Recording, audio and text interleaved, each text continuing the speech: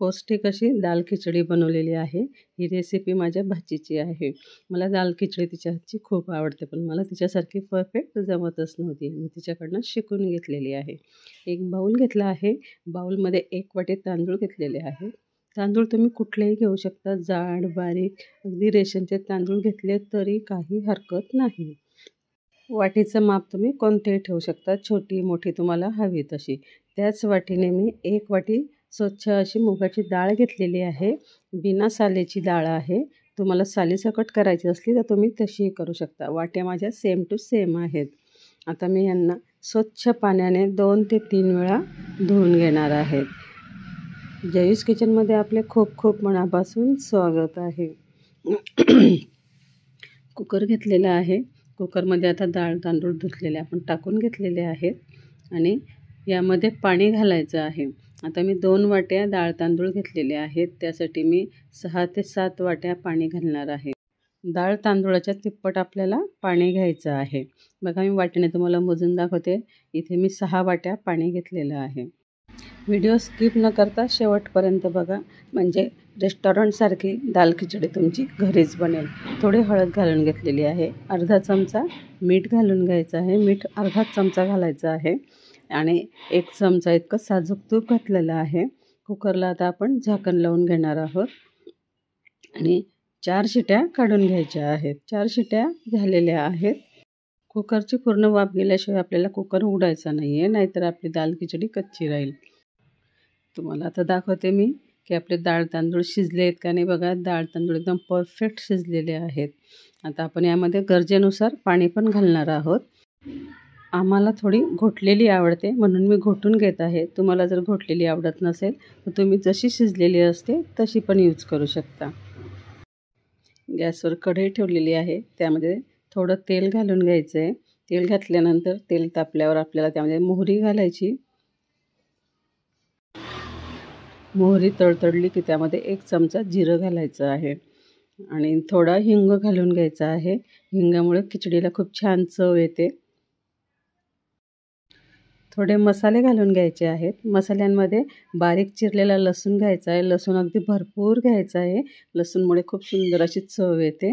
बारीक किसलेला आलं घेतलेलं आहे। कढीपत्त्याचे 6-7 पानं घेतलेले आहेत।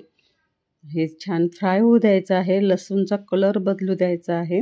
लसणाचा कलर बदलल्यानंतर आपल्याला यामध्ये बाकीचं साहित्य घालायचं आहे। घाई अजिबात करायची नाही। बघा, आता लसूण छान झालेला आहे। 2 मोठे कांदे घेतलेले आहेत, बारीक चिरून घेतलेले आहेत आणि कांदा आता आपल्याला छान परतून घ्यायचा आहे। कांदा परतत असताना घाई करू नये। गॅसची फ्लेम आपल्याला लो टू मीडियम ठेवायची आहे। इथे मी 3 हिरव्या मिरच्या बारीक चिरून घेतलेल्या आहेत। मिरची तुम्ही तुमच्या आवडीनुसार कमी जास्त करू शकतात। लहान मुलं असतील तर मोठे तुकडे करून घाला, म्हणजे तुम्ही ते तुकडे काढू शकता किंवा स्किप केली तरीही चालेल। नंतर बघा, आता मसाला किती छान भाजला गेलेला आहे, तुम्हाला दाखवत आहे। मसाला कांद्याचा कलरही बदलला आहे, ब्राऊन झालेला आहे। ब्राऊन म्हणजे आपल्याला फार ब्राऊन करायचा नाही। 2 टोमॅटो घेतले आहेत मोठ्या आकाराचे, बारीक कट करून घेतलेले आहेत आणि तेही आपल्याला कांद्यासोबत सॉफ्ट होईपर्यंत शिजवून घ्यायचे आहे। थोडी हळद घालूया। थोडे मसाले असतात यामध्ये, फार मसाले घालावे लागत नाही। इथे जिरा पावडर घेतलेली आहे, 1 छोटा चमचा भरून। जिरा भाजून मग त्याची पावडर बनवलेली आहे। नंतर आपण यामध्ये थोडा गरम मसाला घालूया, अर्धा चमचा, आणि लाल तिखट घालायचं आहे 1 चमचा, किंवा आपल्या चवीनुसार आपण कमी जास्त करू शकतो। आपण आधी अर्धा चमचा मीठ घातलेलं आहे, आता यामध्ये परत अर्धा चमचा मीठ घातलेलं आहे टेस्टच्या अकॉर्डिंग। आणि आता मसाले छान भाजून घ्यायचे आहे। मीठ टाकल्यामुळे टोमॅटोही पटकन शिजतात।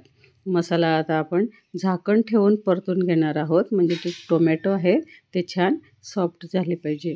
बघा, आता टोमॅटो मस्त शिजलेले आहेत। कढईला साईडने तेलही दिसत आहे, म्हणजे मसाल्याने तेल सोडलेलं आहे। आता आपण जे डाळ तांदूळ शिजवून घेतलेले आहेत ते कढईमध्ये, म्हणजे मसाल्यामध्ये आपल्याला टाकून घ्यायचे आहेत आणि परतून घ्यायचे आहेत। आणि साईडला गरम पाणी तापायला ठेवायचं आधीच।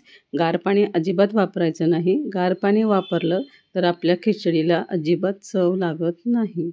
बघा आता मस्तपैकी मसाले आणि खिचडी एकजीव झालेले आहेत. आता आपल्याला किती पातळ हवी त्यानुसार आपण यामध्ये पाणी सोडणार आहोत. पाणी गरम घेतलेलं आहे.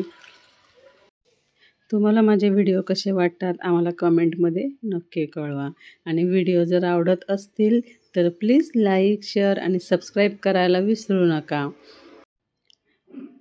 पाणी बघा खिचडीमध्ये पूर्ण असं ॲब्झॉर्ब झालेलं आहे.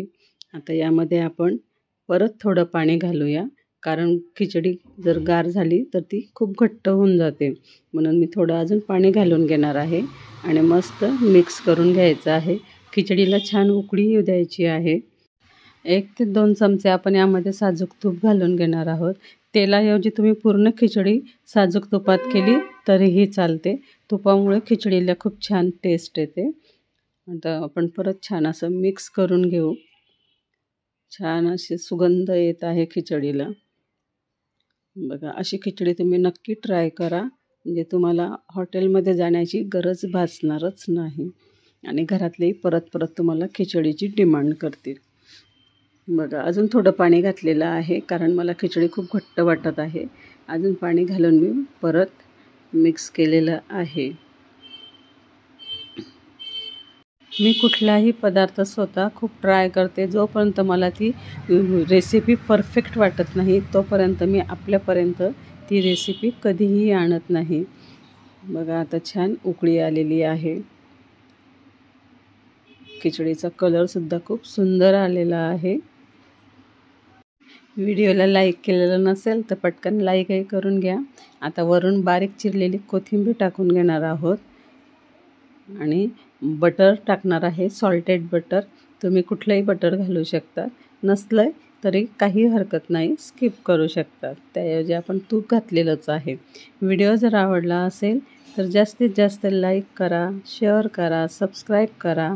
सोबत जे बेल आयकन दिलेलं आहे तिथेही प्रेस करायला विसरू नका, जेणेकरून माझ्या नवीन व्हिडिओची नोटिफिकेशन आपल्याला लगेच मिळेल.